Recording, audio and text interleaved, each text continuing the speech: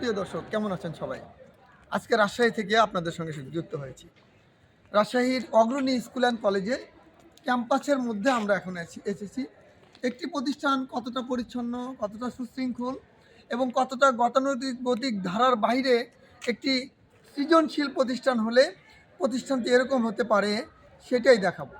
আমি যদি একটু দেখাই, দেখেন এখানে একটি ফুলের রাজ্যে আমরা আছি। এটা একটি স্কুল অ্যান্ড কলেজের প্রাঙ্গণ, কত সুন্দর। কিন্তু দেখানোর উদ্দেশ্যটা এটাই, এরকম ফুলের বাগান হয়তো অনেক জায়গায় আছে, কিন্তু দেখেন এখানে কিন্তু কোনো প্রাচীর নাই, কোনো বাউন্ডারি নাই। মজার বিষয় হলো এই প্রতিষ্ঠানে কিন্তু ৩,৫০০ স্টুডেন্ট, ৩,৫০০ স্টুডেন্ট। কিন্তু এরকম একটি প্রতিষ্ঠানে যেখানে ৩,৫০০ ছেলে মেয়ে লেখাপড়া করে, সেখানে প্রাচীর ছাড়া, বাউন্ডারি ছাড়া এরকম একটি ফুলের বাগান কি করে থাকে? কেউ কি এখানকার ফুল উঠাতে পারে না? এটা দেখে বোঝা যায় যে এখানকার ম্যানেজমেন্ট, এখানকার ব্যবস্থাপনা, এখানকার শিক্ষা ব্যবস্থা কতটা সুশৃঙ্খল হতে পারে।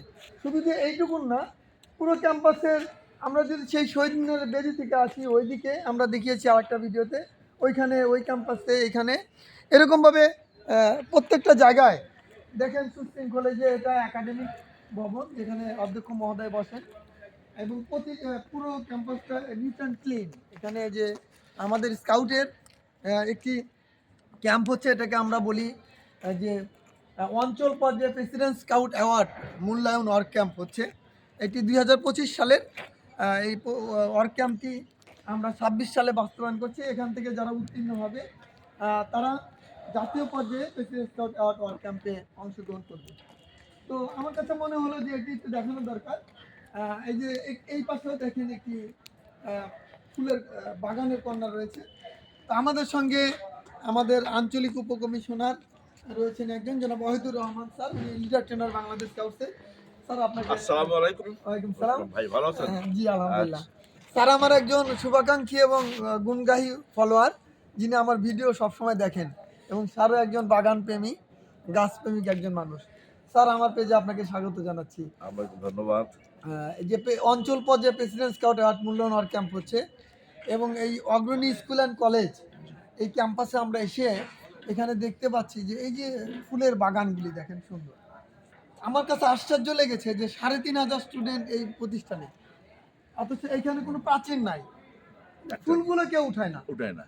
তো এটি দিয়ে কিন্তু বোঝা যায় যে এখানকার ম্যানেজমেন্ট, এখানকার যে অভ্যাস মানুষের, এবং এখানকার যে সৃজনশীলতা ছাত্রদেরকে শেখানো হয়, এটা দেখে আপনি কি মনে করেন? এখানে যে ছাত্রদের শেখানো হয়, আমার তো মনে হয় এরা ক্লিন এবং গ্রিন এই দুটাই এখানে আছে অগ্রণী স্কুলে।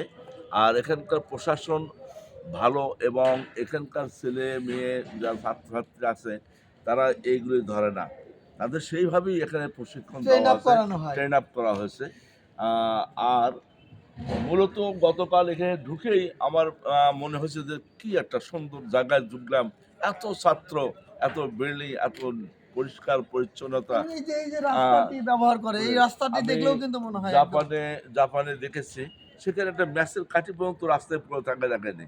অনুরূপ এইরকম নেপালে দেখেছি, ভুটানেও দেখেছি, তারা নিট অ্যান্ড ক্লিন।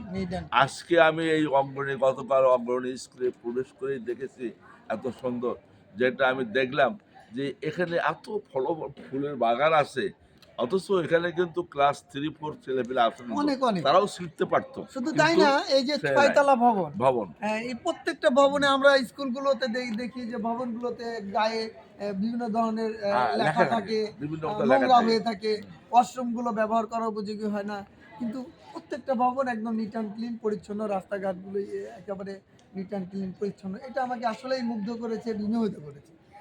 মানে হাইজেনিক দেখলাম, বাথরুমগুলো, ক্লাসরুমগুলো কোনো রকম এত সুন্দর হাইজেনিক। আমাকে স্যার আরেকটা জিনিস বললেন অধ্যক্ষ মহোদয়, যে এই যে এখানে যে গাছগুলি দেখছেন, এই যে আম গাছগুলি, এখানে যখন আম আসে তখন এক একটা গাছ এক একটা ক্লাস্টারকে দেওয়া হয়, এক একটা ক্লাসকে, এবং ওই ক্লাসে যদি 20 জন 40 জন ছাত্র থাকে, আর আম যদি 40টা থাকে, প্রত্যেকটা আমের গায়ে লিখে দেওয়া হয় এই আমটি অমুকে, এবং ওই ছেলেটা এসে ওই আমটা যত্ন করে, এবং ওটা পেকে গেলে ওই আমটা ওর জন্য। এটাই ভালো। আমার প্রতিষ্ঠানে আমি ওইরকম করতাম, ধারাবাহিকভাবে বাচ্চাদের প্রশিক্ষণ দিতাম যে আজ ক্লাস 3 ছেলে মেয়ে বাথরুম ওয়াশ করবে, আগামীকাল ক্লাস 7-এর করবে, 8-এর করবে, এইভাবে ওয়াশ করবে। আর আমাদের আব্দুল মুহিত চৌধুরী স্যার ছিলেন মহাপরিচালক আরডিএর। উনি আমাদের বাচ্চাদের 1 একর 45% জমি দিয়েছিলেন আমার স্কাউটদের। স্কাউটরা তারা এই জমিতে বীজ চারা রোপণ করে ফসল করে প্রায় 70-100 কত মণ ধান পেয়েছিল। এই ধানগুলোর স্যারের উদ্দেশ্য ছিল এই ধানগুলোই বাচ্চারাই তাদের বিক্রি করে গরিবদের বাচ্চাদের লেখাপড়া খরচ করা ছিল। কিন্তু এটা পর্যায়ক্রমে আর টিকে রাখতে পারেনি আমাদের পরবর্তী যারা মহাপরিচালক আছে তারা আর এইগুলি গুরুত্ব দেয়নি। কারণ বাচ্চাদের জন্য এটা একটা একজন কর্মমূলক শুরু করলে শিক্ষা। কিন্তু ওটা রেস্ট থেকে হ্যাঁ, থেকে যেত। তো ওই যে আমাদের অগ্রণী স্কুল অ্যান্ড কলেজের যিনি প্রিন্সিপাল উনি আমাদের স্যারের নাম কি জানো? সাইফুল সাইফুল হক। হক। যেমন সাইফুল হক স্যার উনি আমাদের আঞ্চলিক স্কাউটসের সম্পাদক। হ্যাঁ, তো স্যার অত্যন্ত সৃজনশীল একজন মানুষ। স্যারের সঙ্গে কথা হয়েছে এবং স্যারকে বলেছি স্যার আপনার স্কুল প্রতিষ্ঠানে ভিডিও করবো, ঠিক আছে স্যার পরে আমি পারলে স্যারকেও না দেখলাম তো ভিডিওতে কাল আনবো। বলো আমার বন্ধু লোক খালেদুজ্জামান ছবি উঠালেন। হ্যাঁ, ভালো। হ্যাঁ কালকে স্যারের সঙ্গে তো আপনাকে আমার হ্যাঁ। পেজে আসছেন এই জন্য ধন্যবাদ। আর আমি অচিরেই আশা করবো সিরাজগঞ্জে আমার বাগানে একদিন যাবো। ভিজিট করবেন। আপনার বাগান যাবো, আপনার ভিডিও আমি নিয়মিত দেখি। আপনি একজন বৃক্ষপ্রেমিক, এই জন্য আমি আপনাকে অনেক ধন্যবাদ জানাই, সাধুবাদ জানাই। এবং মাঝে মাঝে আমি আপনার কাছ থেকে সাজেশন নিয়েছি। আমি ছোটো মোটো একটা ড্রাগন বাগান করেছি, কীভাবে করা লাগবে সেটা আমার থেকে সাজেশন নিয়ে আমি উপকৃত হয়েছি। হ্যাঁ, ধন্যবাদ। হ্যাঁ। অনেকেই এরকম মাঝে করে। মাঝে। তা আসলে আপনি বাগানে যাবেন এই জন্য আরেকটা মেসেজ দেই যে আমার বাগানে শুধুমাত্র স্কাউট এবং কাপদের জন্য, যারা আমরা জানি যে বিভিন্ন জেলায় যখন যাই সাঁতারের প্লেস নেই, আমাদের বাচ্চারা অনেক ভালো জানে, শুধু সাঁতার জানার কারণে আমাদের অনেক হ্যাঁ, বাচ্চা অনেক কিন্তু শাপলা পিএস মূল্যায়নে অংশ নিতে পারে না। বাদ যায়। তো এদের জন্য আমার বাগানে মাঝখানে আমি ছোট্ট একটা সুইমিং পুল বাহ। আপনাদের দোয়ায় চেষ্টা Thank you, করছি thank you, আন্ডার সুন্দর। কনস্ট্রাকশন। হ্যাঁ। এবং তার পাশে আবার একটু ছোট্ট কটেজ করা হয়েছে যাতে করে ওখান থেকে সুইমিং করে তারা একটু কাপড় Dress change ড্রেস করতে চেঞ্জ পারে। করতে পারে, চেঞ্জিং রুম বা একটু হঠাৎ করে কোনো স্কাউটার ওখানে গেলে যেন একটু রাত্রি যাপন করতে পারে মাশাআল্লাহ, সেই ব্যবস্থাটাও আমি মাশাআল্লাহ। ওখানে রেখেছি আর কি। মাশাআল্লাহ। তো দোয়া করবেন এবং সেটা দেখার জন্য যাবেন। অবশ্যই দোয়া থাকবে। আপনারা আমাদের জন্য দোয়া করবেন। আমরা যেন যতটুকু আমরা বাংলাদেশ স্কাউটসে সময় দিচ্ছি, আমাদের উদ্দেশ্য লক্ষ্য যেন সফল হয়। এই যে আমরা যে ক্যাম্পটি এসেছি ভালো মানুষ গড়ার জন্য, একটা এটাই উদ্দেশ্য। নেতৃত্ব তৈরি করার জন্য, লিডারশিপ করার জন্য আমরা এখানে এসেছি। আমরা থাকবো না এক সময়, কিন্তু বাচ্চারা যখন বলবে যে আমার এই স্যারের কাছ থেকে এগুলি শিখেছি আমরা। হ্যাঁ, ধন্যবাদ আপনি আমার সাথে সময় দেওয়ার জন্য। এবং আপনি আমার আসবেন বগুড়া আরডিএতে, আমি থাকি আরডিএতে তো আসবেন। গিয়েছি, আমাদের হ্যাঁ। আমিনুল স্যার থাকতেন। হ্যাঁ, আমিনুল উনি স্যার আমার ছিলেন। শুধু ভক্ত না, আমিনুল স্যারের বেসিক অ্যাডভান্স স্কিল আমিও সব ছিলাম আমার হাতে। একটা, এবং আমারটা স্যার এটা ছিলাম। গর্ব করে বলতেন যে খালেক স্যার আমার স্যার। হ্যাঁ, স্যারের একটা স্যার। একটু উদ্দেশ্য ছিল, যে কোনো অনুষ্ঠানে গেলে আমার এটা স্যার বলতো। আছে এভাবে বলতো। এবং চেয়ার ছেড়ে দিত, আচ্ছা। মানে একটা 5000 মানুষ বসে আছে ওর মধ্যে দেখা যেত স্যার উঠে আমাকে কাছে নিয়ে এসে বসাই। এই আমিনুল জিনিসটা স্যারের ওনার সঙ্গে করতে আমি চাকরি করেছি। আমার চাকরি শেষ হওয়ার পরও আমিনুল স্যার আমাকে এক্সটেনশন দিয়েছেন, যদিও আমাদের এক্সটেনশনের কোনো ইয়ে নাই। তা বলছিল আমি আরডিতে যতদিন ডিগ্রি থাকবো ততদিন আমি চাকরি করবো। এইটাই স্কাউটারদের পাওনা। তো আমরা তো এই জন্যই করি।